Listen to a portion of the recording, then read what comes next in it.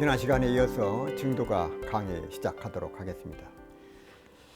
이 성철 스님께서 증도가의 강설에서 열애선을 확절히 깨쳐 도노하면 모든 것이 원만구족한데 거기에는 죄도 없고 복도 없으며 손해도 없고 이익도 없다는 말이다.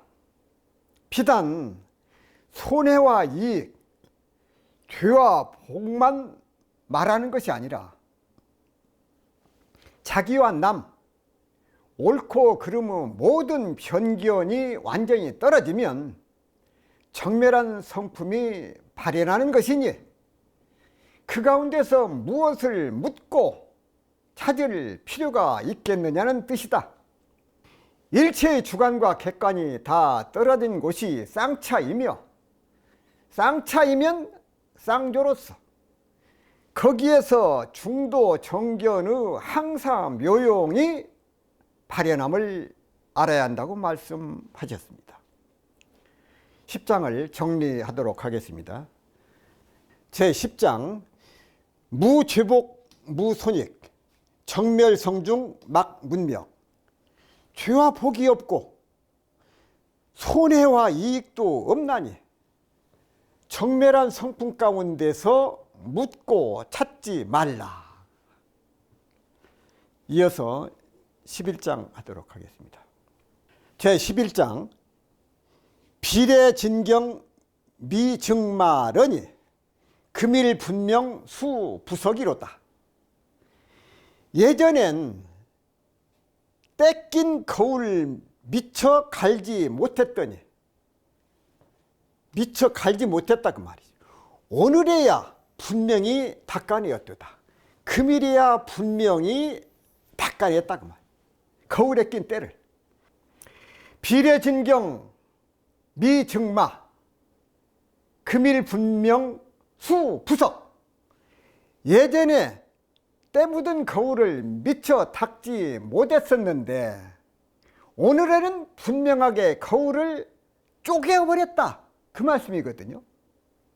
금일이란 표현이 있으나 비례는 오늘 이전 지난날이란 뜻이 든다. 진경은 글자 그대로 먼지가 찐 거울을 말합니다. 거울 하면은 불교에서는 흔히 마음을 뜻합니다. 마음심자 거울경자 심경이라는 말이 나오면 마음심주라는 말이 나오. 마음심자 구슬주자 마음구슬로 해석한다고 알고 있으면 간단하다 그 말. 여기에서 영가스님이 거울을 닦지 못했다고 한 말은 마음에 때가 잔뜩 끼고 깜깜해서 아무것도 볼 수 없었다는 그런 그 말이다. 거울을 닦는다고 하면 갈마자를 쓰고 있습니다. 옛날 거울은 구리로 된 동경이기 때문에 그렇다고. 구리나 동은 기와를 부순 가루로 열심히 문질러야 반짝반짝 빛이 납니다. 거울에는 특히 때가 잘 껴서 금세 누스름하고 푸르스름한 색이 되고 흐려지게 된다. 동경, 구리 거울이다 그 말이야. 동경으로 오를 비춰보려고 하면 매일매일 닦아야 한다. 애써 불길을 닦을 것도 없고 닦는 약도 발달한 요즘의 절지풍경하는 격세지감이 있다고 하겠습니다. 세상에 변하지 않는 게 어디 있느냐. 지옥 훈련으로는 다져진 각오를 유지하기가 어렵. 흘들대는 마음을 다잡고 나를 오롯이 들여다볼 수 있는 거울 하나를 내 안에 들여 놓았다. 반원형의 손잡이가 달린 질박한 거울이다. 며칠만 닦지 않으면 녹수로 보이지 않는 구리 거울을 매일 닦는 것은 나를 들여다보는 성찰이고 정화이며 제 충전인 셈이다.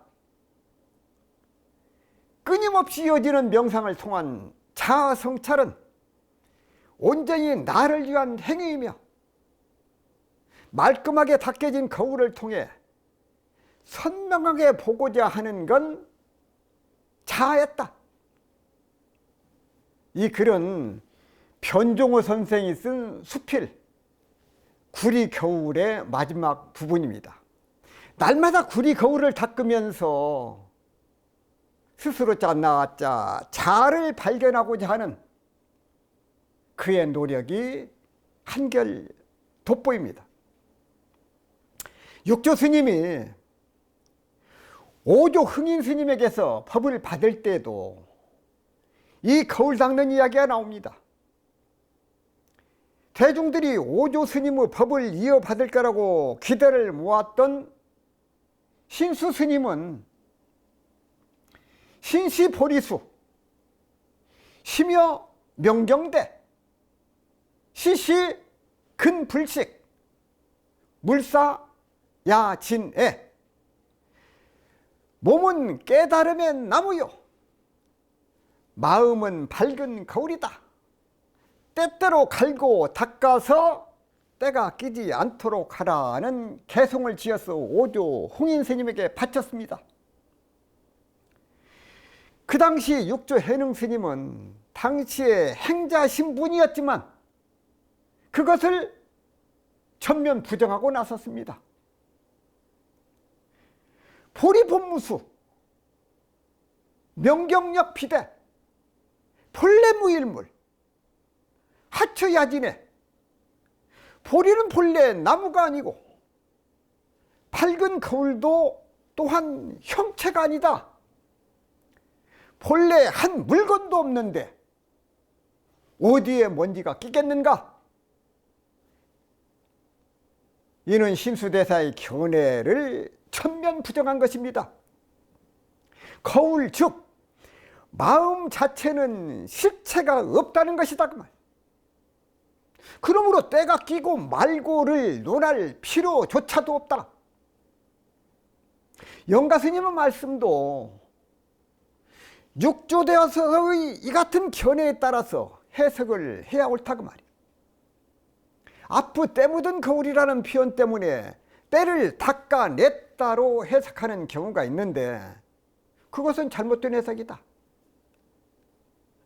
밝은 거울 역시 틀이 아니라고 한 육조 스님의 견해와 마찬가지로 거울 자체가 아예 없어졌다로 해석을 해야 영가 스님의 뜻에 맞다고 할 수가 있다 그 말이에요. 영가 스님이 깨닫기 전에는 마음이라는 거울이 있고 거기에 때가 잔뜩 끼었다고 생각했다는 것이다 그 말이에요. 그리고 그 때를 여태 닦지 못하고 있었는데 오늘은 분명하게 그 거울마저 쪼개버렸다는 것이다 그 말이에요. 초기 경전인 암부 경전에는 마음이라는 말이 그렇게 많이 등장하지 않지만 우리가 잘 아는 법구경은 초기 경전임에도 첫 말씀이 모든 것은 마음이 하는대로 따라간다 라고 시작을 한다. 불교 공부에서는 마음을 어떻게 이해하고 또 어떻게 갈고 닦느냐 하는 것이 큰 과제이다. 불교는 마음을 닦는 것, 마음을 깨닫는 것이다. 일체가 마음에서 벌어지기 때문이다. 그래서 어록이며 조사 스님들의 말씀은 거의 마음을 중심으로 이야기를 하고 경전에도 한일자, 마음심자, 일심의 문제가 매우 중요하다. 아예 딱 잘라서 불교를 한 글자로 요약하면 마음심자라고 해도 틀린 말은 아니다. 성철 스님은 정도가 강설해서 진경 때가 낀 거울이란 중생의 마음을 가리킨 것으로서 맑은 거울 위에 먼지가 덮여 있으면 거울빛이 드러나지 못함과 같이 중생의 근본 자성은 청정한 것인데 벌레망상의 티끌이 꽉 차서 지혜광명이 드러나지 않는 것을 비유한 것이다. 그래서 중생은 업을 따라 생사윤회를 거듭하면서 고를 받게 되는 것이다. 그 전에는 잘 몰라서 이 마음을 닦지 못했지만 오늘에는 참됨도 버리고 거짓됨도 버리고 복도 버리고 옳음도 버리고 옳지 않음도 버려서 모든 상대의 양변을 완전히 여의었기 때문에 중도 정견이 발현하여 근본법을 분명히 밝혀냈다는 것이라고 말씀을 하셨습니다. 제11장 정리하겠습니다. 비례 진경 미증마러니 금일 분명 수부석이로다. 예전엔 때 낀 거울 미처 갈지 못했더니 오늘에야 분명히 닦아내었도다, 이 말씀입니다. 예전에는 때가 낀 거울을 미처 갈지를 못했어, 닦지를 못했어. 오늘이야 분명히 이것을 닦아버렸다, 없애버렸다, 그 말씀입니다. 이어서 제12장 함께 공부하시도록 하겠습니다. 제12장 수무념, 수무념, 수무생, 수무념, 수무생고 약실무생 무불생이니 누가 생각이 없으며 누구 숫자거든요. 누가 생각이 없으며 누가 남이 없는가? 약실무생 무불생이니 진실로 남이 없으면, 만약 진실로 남이 없으면 나지 불생도 없다고 말. 누가 생각이 없으며 누가 남이 없는가? 진실로 남이 없으면, 태어남이 없으면 나지 않음도 없다. 자, 수무념, 누가 무념이라고 하고 누가 무생멸이라고 했던가, 그 말씀이거든요. 수무념, 수무생, 온갖 괴로움이 생멸의 변화에 비롯이 되고 인간이 겪는 고통 중에 가장 큰 고통은 바로 태어나고 죽는 고통이다, 그 말이야. 생사의 고통. 그래서 괴로움에서 벗어나기 위해서는 생사를 초월해야 한다고 하고 생멸을 떠나야 한다고 말을 한다고 말. 또한 생사가 마음의 생멸 변화에서 비롯된 것이니 마음의 생멸 변화가 없어야 비로소 생사를 벗어날 수 있다고 말을 한다고 말. 즉 무생이라야, 남이 없어야 생사를 초월한다는 것이다. 이는 많은 불교인들이 가지고 있는 통념이라고 할 수 있다. 똑같은 생각이요. 태승불교를 공부하면 누구나 이런 이야기를 수긍을 하고 타당하다고 여기게 된다고 말. 이렇게 이야기한 경전과 어록이 수두룩하고 현재 불법을 가르치는 분들도 이렇게 설명하는 경우가 많이 있기 때문에 그래. 그러나 영가대사께서는 우리의 통념과 정반대의 말씀을 하셨다. 수무념고, 누가 무념이 되어야만 궁극의 경지에 이른다고 말을 하는가? 수무생고, 누가 생멸이 없어야 궁극의 경지에 오른다고 말을 하는가? 영가 스님께서는 우리가 갖고 있는 통념을 송두리째 정면으로 부정을 하셨다고 말이에요. 그렇다면 영가 스님은 어떻게 주장을 하는가? 결론부터 말씀을 드리면 온갖 망상이 주죽박죽인 이대로가 붙어있고 생멸 변화가 여전히 이대로 궁극의 경지라는 것이다 그 말. 약실무생, 무무생. 만일 진실로 생멸이 없다면 생멸하지 않음도 없다는 말씀이다. 불생이 없다는 말은 생멸하지 않음도 없다는 뜻이다 그 말. 뒤집어서 해석을 하면은 생멸한다는 것이다 그 말. 이는 무념과 무생에 대한 오해를 꼬집은 것이다 그 말. 일어나는 생각들을 한 곳에 고정을 시켜서 마음의 생멸 변화가 멈춰버려야만 궁극의 경지에 도달한다고 생각하는 경우가 우리가 그것이다 그 말이에요. 영가 스님의 말씀은 그것이 아니다 그 말이에요. 그것이 아니다 그 말이에요. 꼭 무생이란 말을 써야겠다면 생멸하는 가운데서 무생멸을 봐야 하고 꼭 무념이란 말을 써야 하겠다면 허다한 생각 속에서 무념을 봐야 한다는 것이다 그 말. 왜? 태양 아래서 그림자를 없앨 수 있겠는가? 흘러가는 강물을 붙잡을 수 있겠는가? 나타날 수밖에 없는 것을 나타나지 않게 하려고 하면 변화할 수밖에 없는 것을 변화하지 않게 하려니 그게 가능한 것인가? 지금 이 순간에도 그런 무념과 무생을 목표로 설정을 하고 수행이란 이름으로 헛된 노력을 기울이는 사람들이 있지 않을까 염려스럽다는 것이다 그 말. 이 문제는 어제 오늘날의 일만이 아니다 그 말이에요.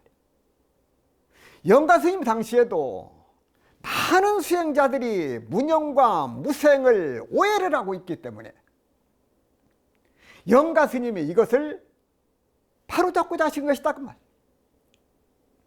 영가 스님은 부단히 일어나던 생각을 완전히 쓸어 없애고서 깨달은 분도 아니고 부단히 생멸 변화하던 것을 생멸이 없다고 만들고서 깨달은 분도 아니다 그 말. 생각 속에서 무념을 보고 생멸 속에서 불생 불멸을 보는 것이지 생각을 지어 무념을 얻고 생멸을 멈춰서 불생 불멸을 얻는 게 아니다. 본래 무념이고 본래 불생멸이다.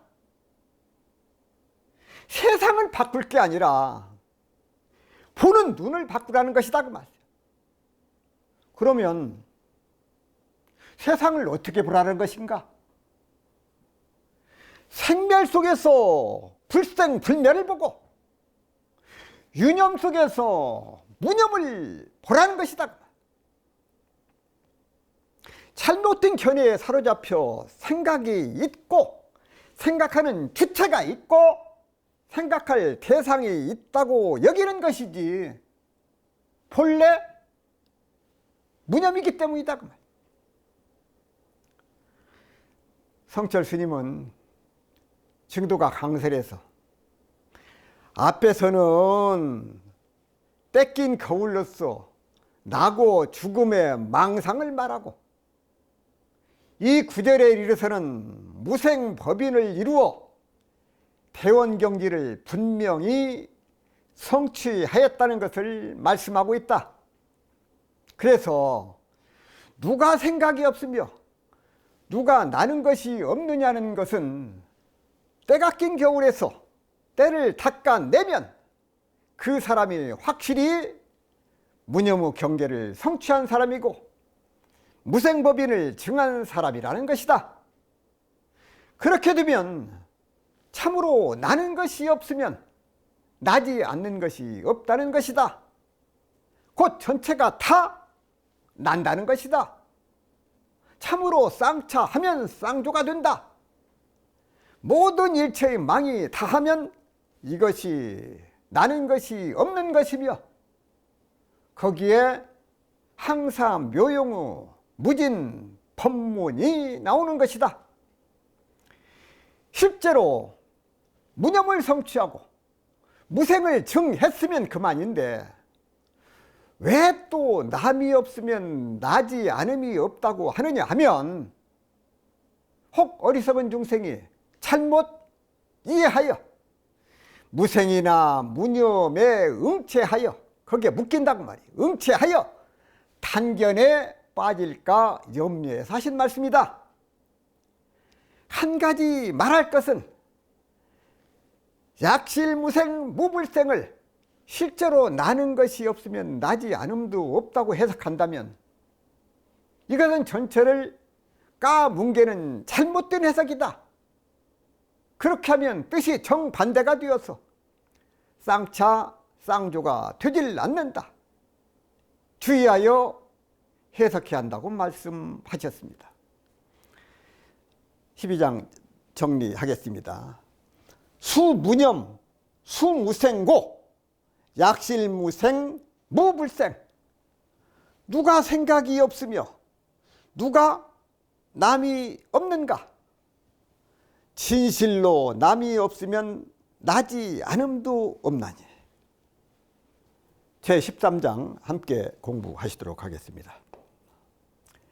제13장 환치 기관목 인문하라 구불시공 조만성이로다. 기관목인을 불러 붙들고 물어보라. 이 기관목인은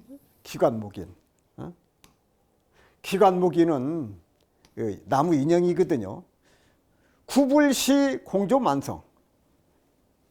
부처 구하고 공 베풀물 조만간 이루리로다. 환치 기관목 인문하라. 환치는 불러서 물어본다고 말이거든. 불러서. 이 모기는 허수아비 곧 기관모기를 불러서 물어보라. 그런 뜻이에요. 옛날 중국에도 요즘 로봇처럼 나무로 사람 형상을 만들어서 사람이 그 속에 들어가서 기계 조작을 해서 움직이도록 하였다고 합니다. 그래서 그 기관모기라고 그러는데 기관모기는 나무로 깎아놓은 사람, 허수아비 로봇, 인조인간 조작할 수 있는 것이 달려있는 나무로 만든 사람을 뜻합니다. 마치 동상이나 목석과 똑같은 것을 살아있는 사람이라면 생각이 있고 생멸이 있으나 나무 인형, 기관모기는 무념, 무생멸이다. 생각도 없고 생명도 없고 자기 마음대로 생각할 수 있는 의지도 없는 그런 멍텅구리라고 말이야. 그런데 만약 생각도 없고 생멸도 없는 것을 목표로 한다면 그런 것은 무념무생의 원조인 기관목견이 잘 아니까 그를 불러서 물어보라는 것이다. 그래야 무념무생이 어떤 것인지를 알 것 아닌가. 이게 어떻게 보면은 약간 야유를 하는 표현이라고 할 수가 있다고 말이에요. 무슨 일이나 그렇게 하는 것이 아니라는 말씀이에요. 그렇게 하면 안 된다. 우리가 무엇 한 가지를 물어도 이런 일은 누가 할까? 좀 아는 사람이 없을까? 백방으로 생각해서 찾아가서 묻곤 합니다. 하물며 진짜 사람도 아닌 허수아비에게 가서 물을 까닭이 없는 것이다 그 말씀이야. 그런데도 기관목인 저 허수아비에게 가서 물어보라 이렇게 말씀을 하셨어요. 당치도 않은 일을 생각을 할 때 그런 표현을 쓰셨다 그 말씀. 자, 저 허수아비한테 가서 물어봐라.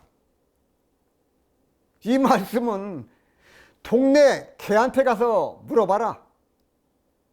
내가 옳다고 하는가? 그런 말과 똑같은 표현이거든요. 그럼 무엇을 물어보라는 것인가? 우리 함께 생각을 해봐야 할 문제입니다. 구불시공 초만성, 성불하기 위해서 공덕을 베푼들 어찌 이루겠는가? 부처가 되려고 그렇게 애를 쓴들 언제 그 뜻을 이루겠느냐? 그래가지고 언제 성불하겠느냐? 그 말이거든요.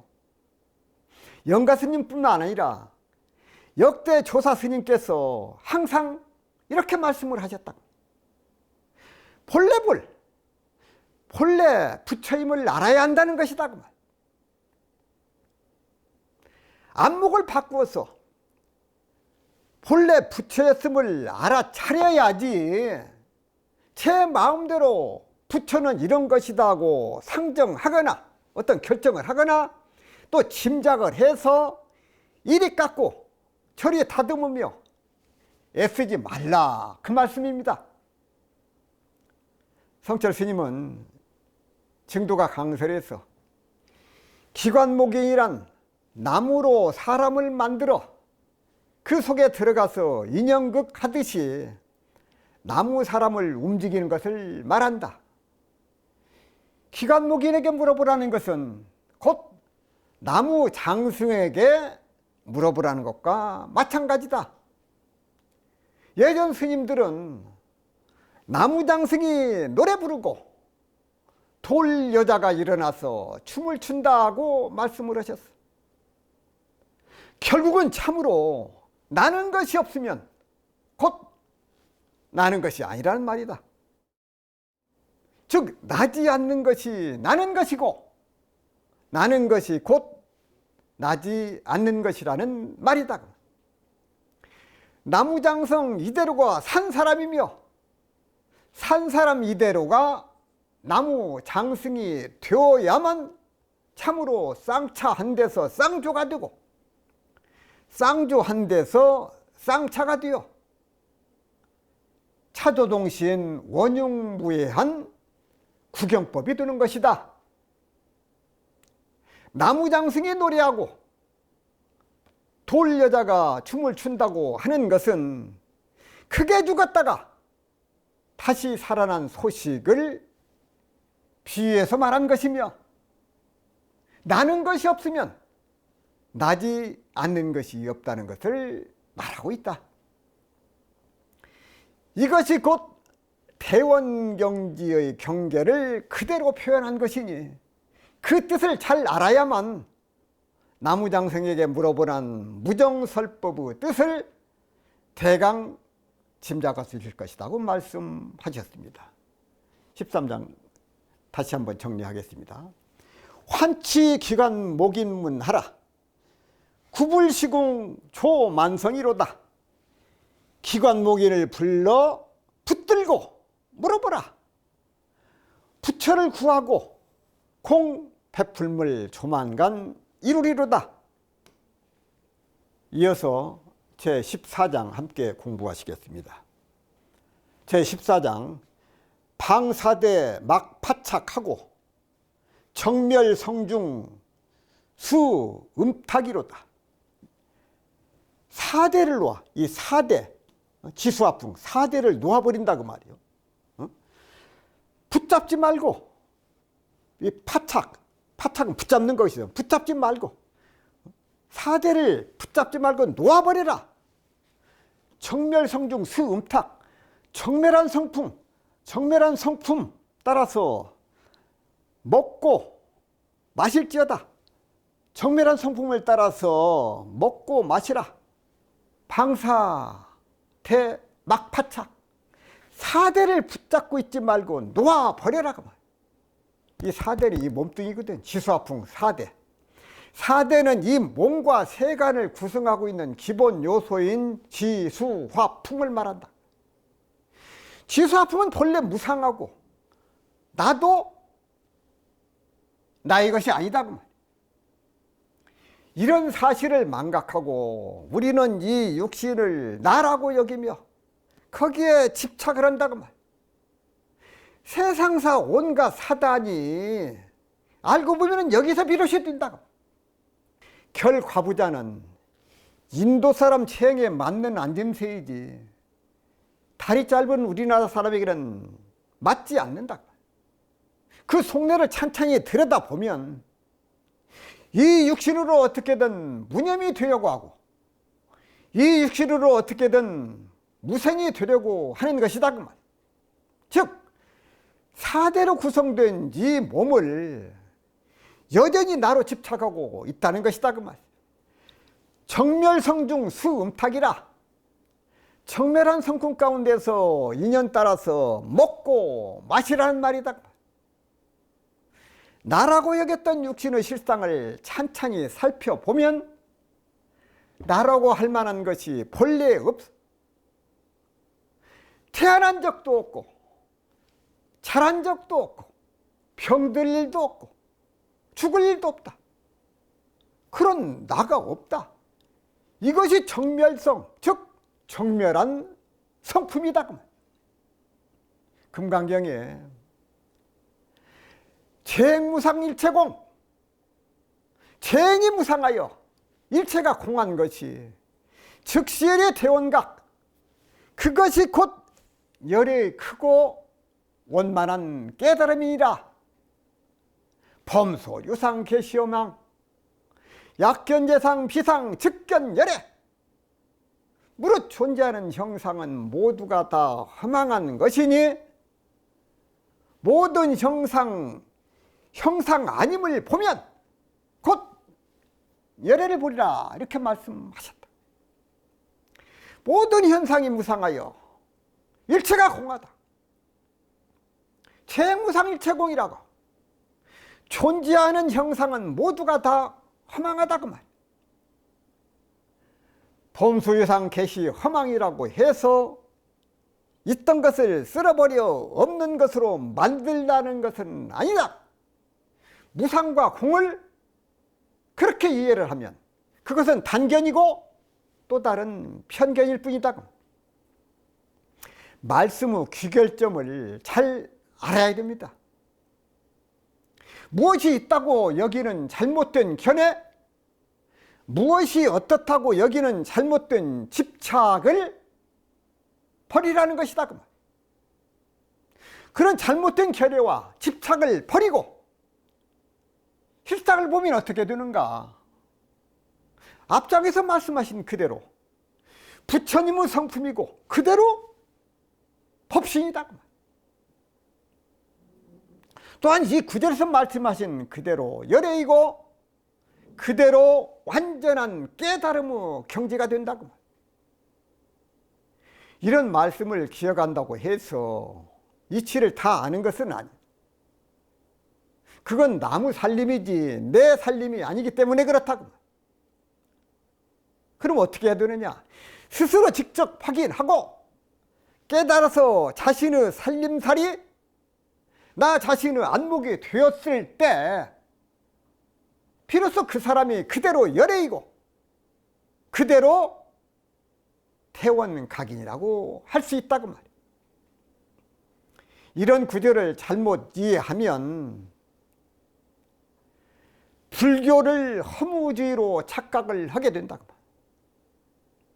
모든 것을 부정하고 없애버려서 텅 비어서 아무것도 없는 것을 제일의 목표로 삼는 것이 공이라고 오인하게 된다는 것이다 그 말이에요. 있다고 집착하니까 공하다. 본래 그런 것은 없다라고 한 것이다 그 말씀이야.